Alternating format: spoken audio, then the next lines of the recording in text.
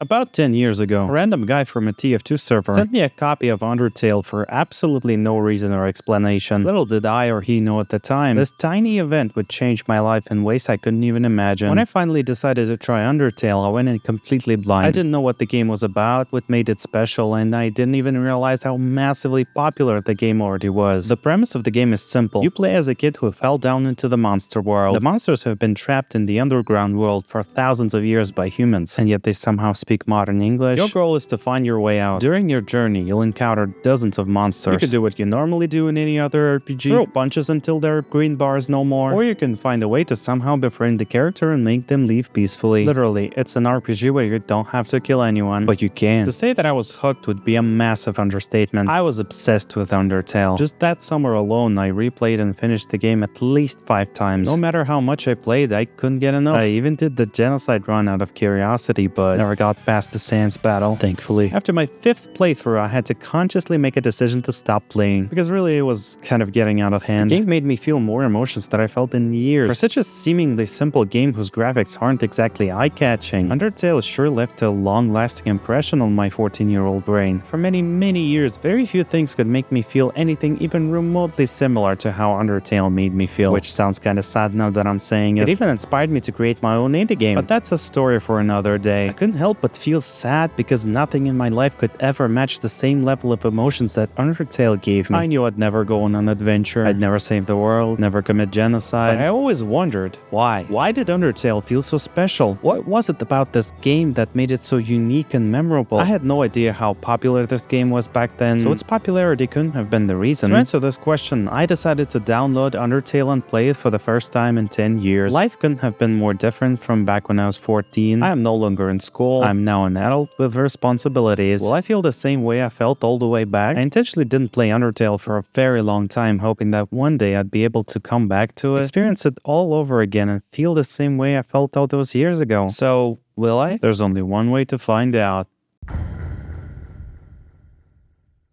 Coming back to Undertale after 10 years felt like meeting an old friend that I haven't seen in a while. Can't help but feel that they've changed, but of course the game hasn't changed at all. I did. To be honest, I was scared. Not of the game itself, of course, but of my own reaction to it. When experiencing art in any form, your mental state is just as important as the art itself. So what if after all these years the magic just won't be there anymore? What if I finish the game disappointed and lose another piece of art that I cherished all those years? Life taught me to always brace for the worst, so I went back into the game fully expecting to sit through it, chuckle a few times, and never play it for another decade. After all, I'm no longer the same impressionable teenager. Instead of school, hopes, and dreams, I have work, taxes, and disappointment. To say that I felt nostalgic is to say nothing. I was back in the exact same world that brought me so much emotion. It felt great to be back, seeing the same silly but clever jokes, completing the same puzzles, petting the lesser dog over and over until its head goes out of bounds. From the moment I booted up the game until the very end, I enjoyed it. But let me be clear. Of course, it was no longer the same magic that I felt all those years ago. Not only because I still remembered literally every line of dialogue, every secret, and every Easter egg, but also because I was simply no longer the same person. Now I had a much better understanding of how everything worked. Having been an indie game developer for well over a year, I got to appreciate just how much effort and talent went into Undertale. It doesn't matter how badly the game's code was written, because every corner of the game, every character, and every line of dialogue seeps in personality and shows just how much Toby Fox enjoyed making this game. I may have looked at the game through a completely different lens. Instead of being a dumb, clueless teenager, I am now a dumb, clueless adult. But despite everything, it's still me, the same guy who enjoyed Undertale all those years ago. I wonder if I'd love Undertale as much if I only discovered it now. Probably not, but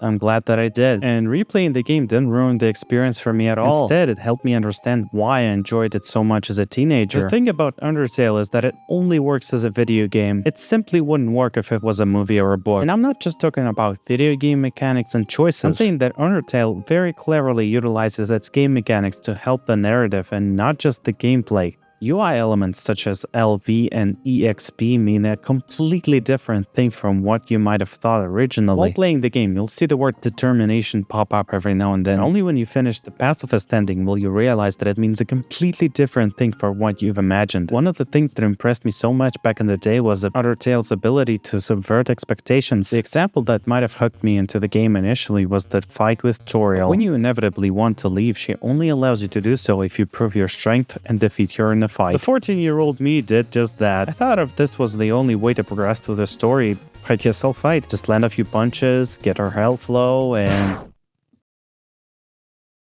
I killed her. The entirety of the ruins, I did my best to befriend every tiny and insignificant character, but I killed the most important character of them all, simply because I thought this was the only way to move forward. Since I never experienced anything like this in a video game before, it never even occurred to me that there could be any other way. Before it was too late. That was already an emotional blow, but when I decided to load a save file and find a way to avoid this, Flowey knew. He acknowledged the fact that I loaded a save file to avoid making a bad decision. No game that I played has done anything like that. Undertale doesn't shy away from using traditional game mechanics such as saving and loading, the battle system, and even the UI in completely different ways, either for a comedic effect or as a storytelling device. Undertale's music is absolutely phenomenal. It is also the part of the game that I was able to carry with me all those years. Even if you've never played Undertale, I'm sure you've heard at least a few of its iconic songs. And I'm sure the soundtrack made by Toby Fox himself contributed greatly to the game's success and its emotional impact. When I first played the game, I felt as if I'd already heard some of these tracks before, which was possible, but I don't think that it was the case. I don't know if any of this makes sense, but whenever I hear a really good piece of music, I get this weird feeling that I already heard it before, even if it's literally my first time hearing it. It doesn't happen a lot, but it did happen a lot with Undertale's soundtrack. I still can't point out why specifically the game was successful, but now I think I know why I personally fell in love with it and why it inspired me so much. I have no idea who that guy from the TF2 server was, how he's doing, and I'm sure he has no idea how that simple gesture changed the trajectory of my entire life. But after 10 years, I still love this game, and hopefully one day I'll be able to create something that could inspire other people, bring them at least a tiny fraction of the emotions that Undertale gave me one day.